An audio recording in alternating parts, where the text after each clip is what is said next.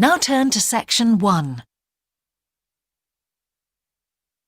Section 1. You will hear a man asking for information about health services in the place where he is living. First, you have some time to look at questions 1 to 6.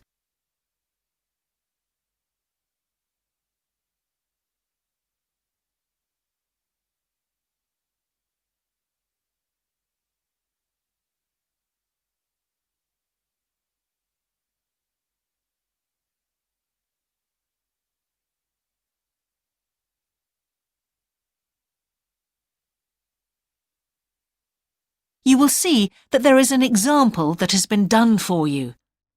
On this occasion only, the conversation relating to this will be played first.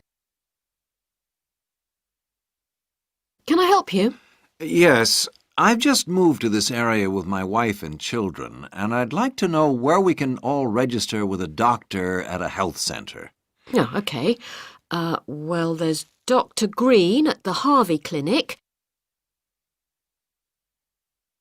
The woman says the doctor at the Harvey Clinic is called Dr. Green, so Green has been written in the space. Now we shall begin. You should answer the questions as you listen, because you will not hear the recording a second time. Listen carefully and answer questions 1 to 6. Can I help you? Yes, I've just moved to this area with my wife and children, and I'd like to know where we can all register with a doctor at a health centre. Oh, OK. Well, there's Dr. Green at the Harvey Clinic. We always recommend her for babies because she's very good with them and she runs a special clinic. Oh, actually, my youngest child is 5, so that wouldn't be any good for us. Right. Is there anywhere else I could try? Yes, the Eshcol Health Practice is the next one on my list. How do you spell that? Eshcol. And it's Dr. Fuller who has space on his list. The clinic only opened a year ago, so the facilities are all very modern. That sounds good. And it's particularly good if you're busy during the day because they also do appointments in the evening. They're closed on Saturday, though. The only other place on the list is the health centre on Shore Lane. You can register with Dr. Gormley. That's Gormley. He's new there, but the centre has a very good reputation. Oh, yes. I think I know the road. That would be the best one. Thanks. Could you tell me, will all their services be free? There are usually some small charges that doctors make. Let me see what it says about the Shore Lane Centre. If you need to be vaccinated before any trips abroad, you won't have to pay for this. What else? The Sports Injury Treatment Service operates on a paying basis, as does the Nutritional Therapy Service. Some health centres do offer alternative therapies like homeopathy as part of their pay-to-use service. Shore Lane are hoping to do this soon. I think they may start with acupuncture. Oh. And finally, if you need to prove you're healthy or haven't had any serious injuries before a new employer will accept you, you can get a free fitness check-up there. But you'd most likely have to pay for insurance medicals, though. OK, thanks. Before you hear the rest of the conversation, you have some time to look at questions 7 to 10.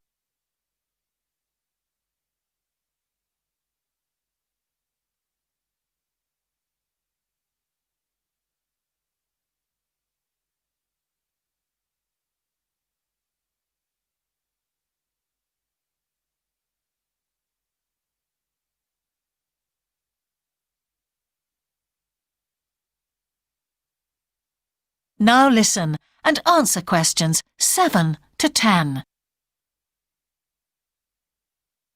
You might also be interested to know the centre is running a pilot scheme of talks for patients. I've got the list here. Actually, they look very interesting. What sort of things? Well, the first one's about giving up smoking. It's next week, the 25th of February at 7 p.m, and that's in room 4. It says the talk will stress the health benefits, particularly for people with asthma or heart disease. That sounds very interesting. There's also a talk for families with children. It's on healthy eating and takes place on the 1st of March at 5 o'clock. Will that be at the health centre? Actually, it's at the primary school on Shore Lane. I imagine they're inviting the parents of pupils there. It says here, all welcome. I might go to that if I have time. There's a couple of other talks. One giving advice about how to avoid injuries while doing exercise. It's on the 9th of March. Oh, it's a late afternoon talk at 4:30, and it'll be in room 6. It also says the talk is suitable for all ages.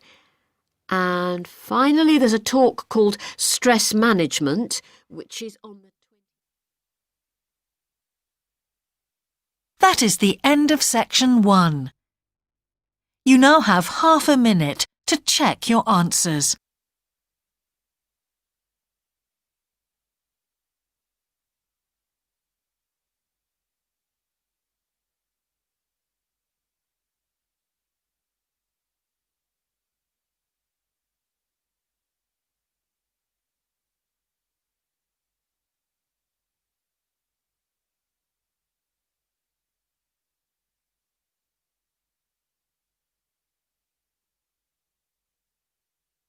Now turn to section 2. Section 2. You will hear a man who owns a holiday home talking on the phone to a woman who is staying there. First, you have some time to look at questions 11 to 13.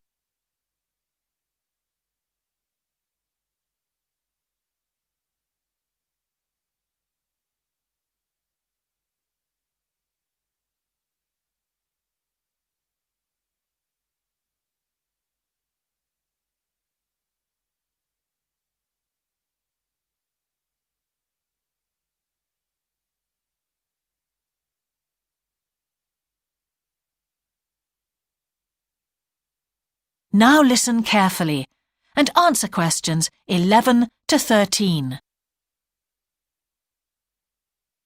Hello? Hi, it's Laura Carlton here. We've just arrived at the holiday flat, but I can't get the hot water and heating to work. Oh, right. That's easy. Don't worry. In the upstairs cupboard, you'll find the water heater. You'll see 3 main controls on the left at the bottom of the heater. The first one, the round one on the far left, is the most important one for the heating and hot water. It's the main control switch. Make sure it's in the on position. The switch itself doesn't light up, but the little square below will be black if the switch is off. That's probably what's happened. It's got switched off by mistake. The middle one of these 3 controls, you'll see it's slightly larger than the first one, controls the radiators.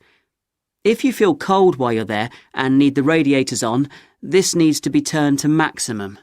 The last of the 3 controls, the one on the right, is usually on about a number 4 setting, which for the water in the taps is usually quite hot enough.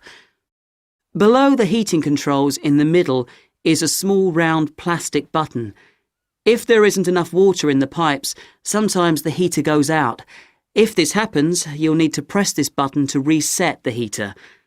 Hold it in for about 5 seconds and the heater should come on again.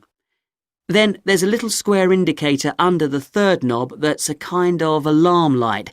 It'll flash if you need to reset the heater. It sounds complicated. I'm sure you won't have any problems with it. There should be some more instructions on the side of the heater. Call me back if you can't make it work. OK. Before you hear the rest of the conversation, you have some time to look at questions 14 to 20.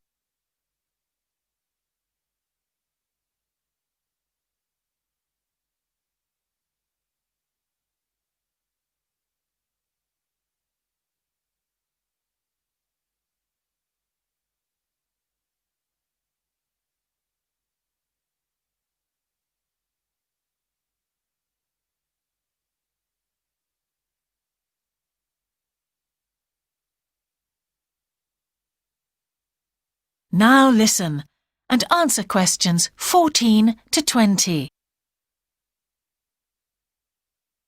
While you're on the phone, we haven't managed to find a few things we need, like extra pillows for the beds and some washing powder.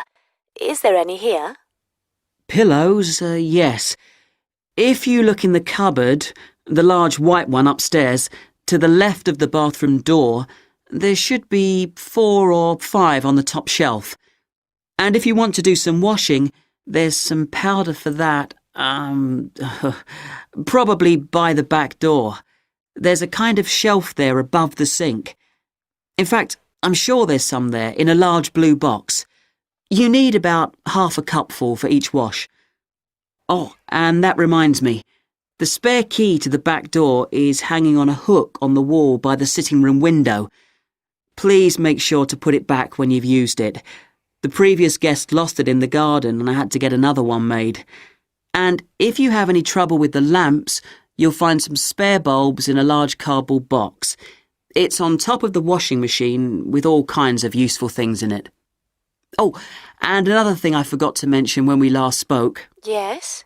I've left you a local map so you'll be able to find your way around easily. It shows the whole area. I put it in the top drawer of the chest under the TV in your bedroom.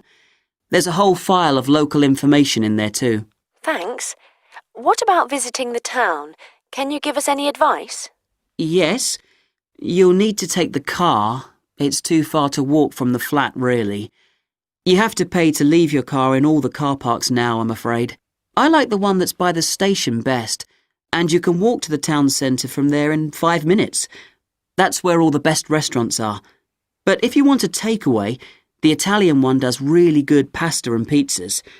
Call 732281 for that one, or 766119 for the Chinese. They're both good, and they'll both deliver to the flat. As for places to visit, yes, do go and see the Railway Museum. The exhibition is small, but really good. It gets very crowded on Sundays, so I suggest you visit it on a quieter day, later in the week, but not on Thursdays, which is market day. You won't find anywhere to park. And it's also the only day of the week when they're not open. Anything else? Not for the moment. Thanks. That is the end of section 2. You now have half a minute to check your answers.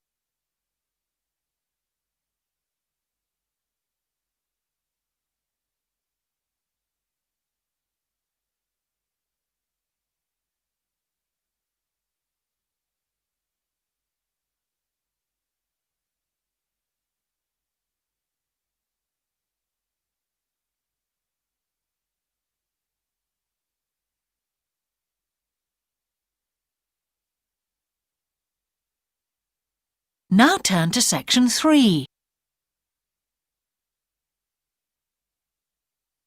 Section 3. You will hear a conversation between an English teacher called Paul and a former student of his called Kira. First, you have some time to look at questions 21 to 25.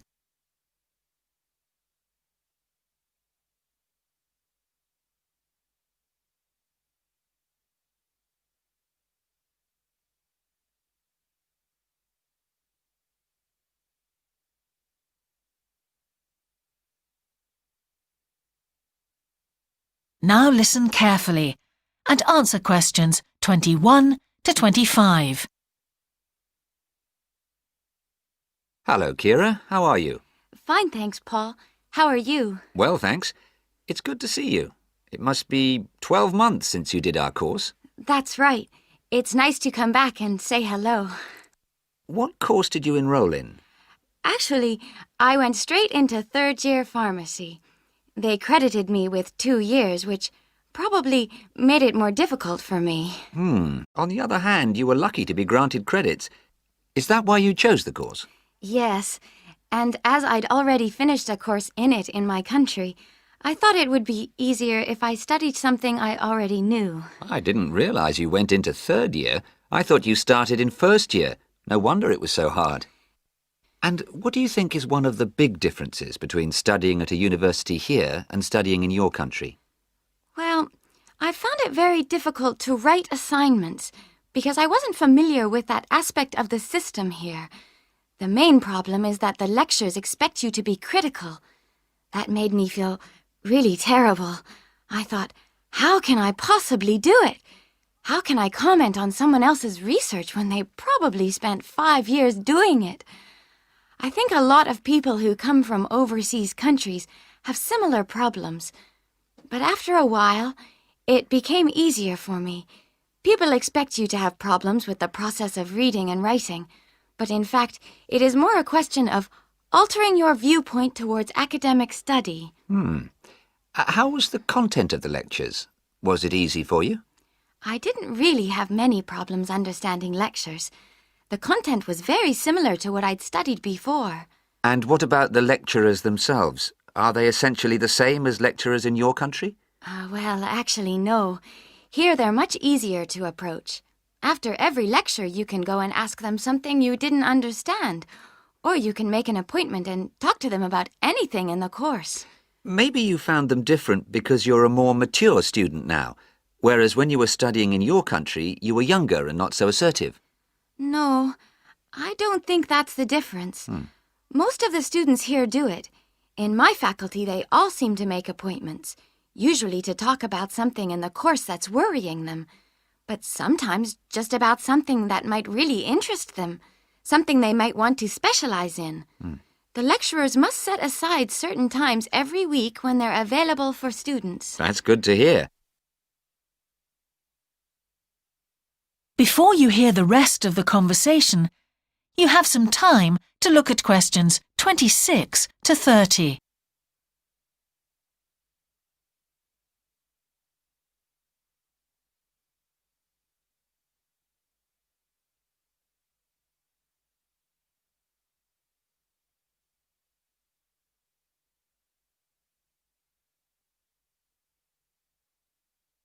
Now listen and answer questions 26 to 30. And how was your timetable? Was it a very busy year? Oh, very, very busy. They make you work very hard. Apart from lectures, we had practical sessions in a lot of subjects. We did these in small groups. I had to go and work 4 hours every week in a community pharmacy. Actually, I enjoyed this very much, meeting new people all the time. Then in second semester, we had to get experience in hospital dispensaries. So every second day we went to one of the big hospitals and worked there. And on top of all that, we had our assignments, which took me a lot of time. Oh, I nearly forgot. Between first and second semesters, we had to work full-time for 2 weeks in a hospital. That does sound a very heavy year. So, are you pleased now that you did it? Do you feel some sense of achievement? Yeah, I do feel much more confident, which I suppose is the most important thing. And have you got any recommendations for people who are studying from overseas? Well, I suppose they need very good English. It would be much better if they spent more time learning English before they enter the university, because you can be in big trouble if you don't understand what people are saying and you haven't got time to translate. Anything else? Well, as I said before, the biggest problem for me was lack of familiarity with the education system here. It sounds as if it was a real challenge. Congratulations, Kira. Thanks, Paul. That is the end of section 3. You now have half a minute to check your answers.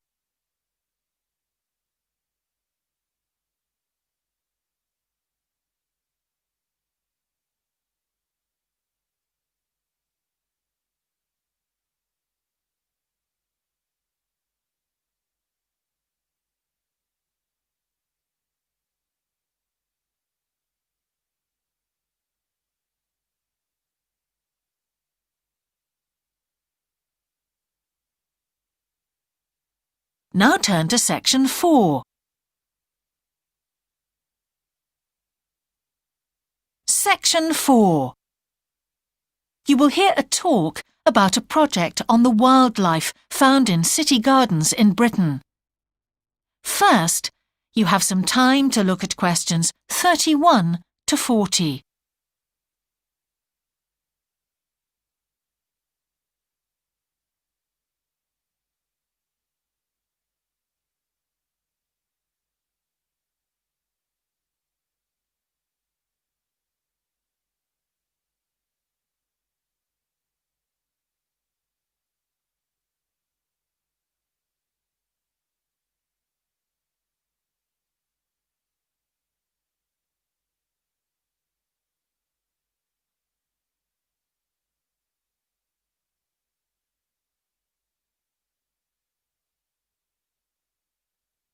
Now listen carefully and answer questions 31 to 40.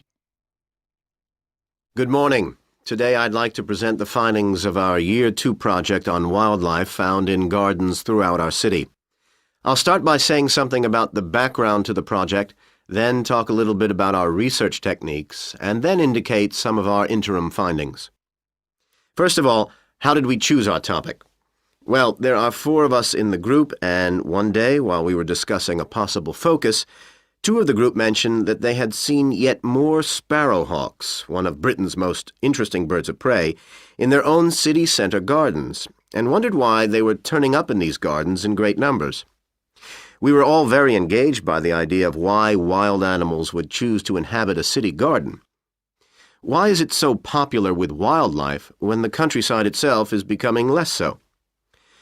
The first thing we did was to establish what proportion of the urban land is taken up by private gardens. We estimated that it was about 1/5, and this was endorsed by looking at large-scale usage maps in the town land survey office, 24% to be precise. Our own informal discussions with neighbors and friends led us to believe that many garden owners had interesting experiences to relate regarding wild animal sightings. So we decided to survey garden owners from different areas of the city. Just over 100 of them completed a survey once every 2 weeks for 12 months, ticking off species they had seen from a pro forma list, and adding the names of any rarer ones. Meanwhile, we were doing our own observations in selected gardens throughout the city. We deliberately chose smaller ones because they were by far the most typical in the city. The whole point of the project was to look at the norm, not the exception. Alongside this primary research on urban gardens, we were studying a lot of books about the decline of wild animals in the countryside and thinking of possible causes for this. So what did we find? Well, so much that I just won't have time to tell you about here. If you're interested in reading our more comprehensive findings, we've produced detailed graphic representations on the college website. And, of course, any of the group would be happy to talk to you about them. Just email us. What we've decided to present today is information about just 3 species because we felt these gave a good indication of the processes at work in rural and urban settings as a whole.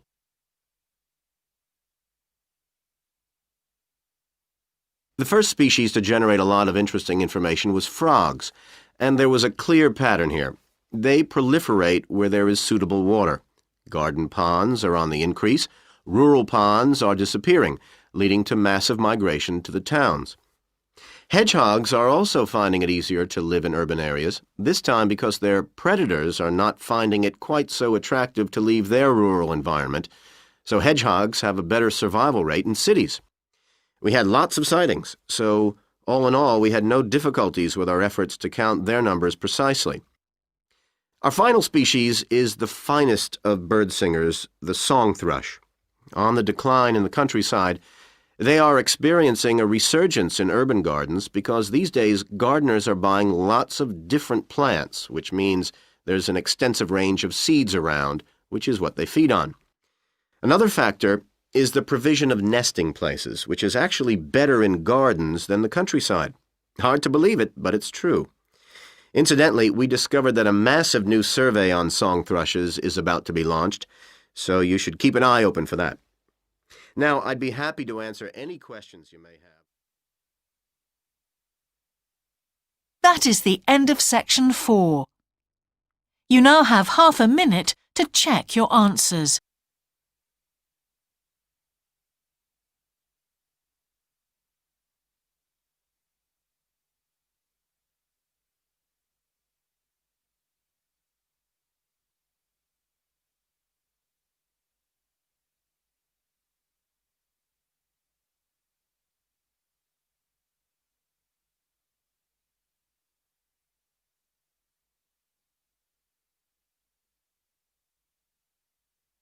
That is the end of the listening test.